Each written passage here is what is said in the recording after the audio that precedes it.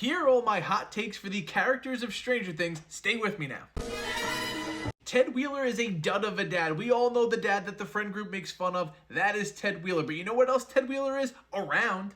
Yes, mainly when we see him, he's asleep, and he's had his biggest impact of the entire series this season, and he's in a coma. But that's because when we're not seeing him, he's busy making bank. Jonathan said he's pulling in 6 figures in 1980 for a family with 3 kids. Someone's got to support Karen's drinking habits. Where are the other dads? Nowhere to be found.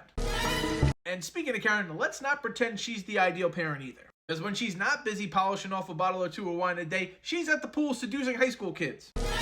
And I'm not here to pretend that Karen's the worst mom of the bunch either, because Joyce, yes, she didn't give up on Will in the Upside Down, but she kind of forgot that she has another son in Jonathan, except of course when Will's in danger, then she remembers she has another son because she throws him right into the thick of it. Well, go sit your ass down on the sidelines. Jonathan's got this covered. He's going to take one for the team, like he always does. Working a job to support the family because your mom's out here buying cigarettes and Christmas lights.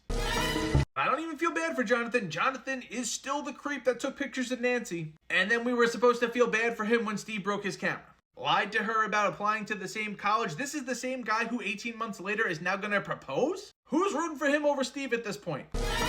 Steve was never the villain of this story. You wanted to make him out to be the high school jock? Steve threw his 2 best friends to the curb to stand up for Nancy after the graffiti fiasco, and has gotten beaten up numerous amounts of times protecting the kids. He deserves his happy ending, pause, and that family fantasy with the camper and the kids and Nance. Those are my Stranger Things hot takes. What are yours? Let me know in the comments.